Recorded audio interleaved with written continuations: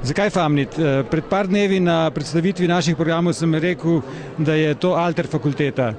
Naša fakulteta je sicer zasnovana kot naravoslovna fakulteta, ampak stremimo tudi po tem, da v resnici ponudimo dijakom tudi bodočim študentom interdisciplinarne programe. Če se pogleda samo na hitro, kakšna je struktura programa, imate na eni strani programe iz matematike, potem računalništva in bioloških znanosti, z dvema novima programoma, aplikativna kineziologija in biopsihologija, pa posegamo tudi na področje, ki je čez naravoslovje, družboslovje, humanistiko, kajti dan danes za resno obravnavo, recimo, dajmo reči, procesov, ki potekajo v človeški psihi, v človeških možganih, ne gre brez naravoslovnih računalniških orodij.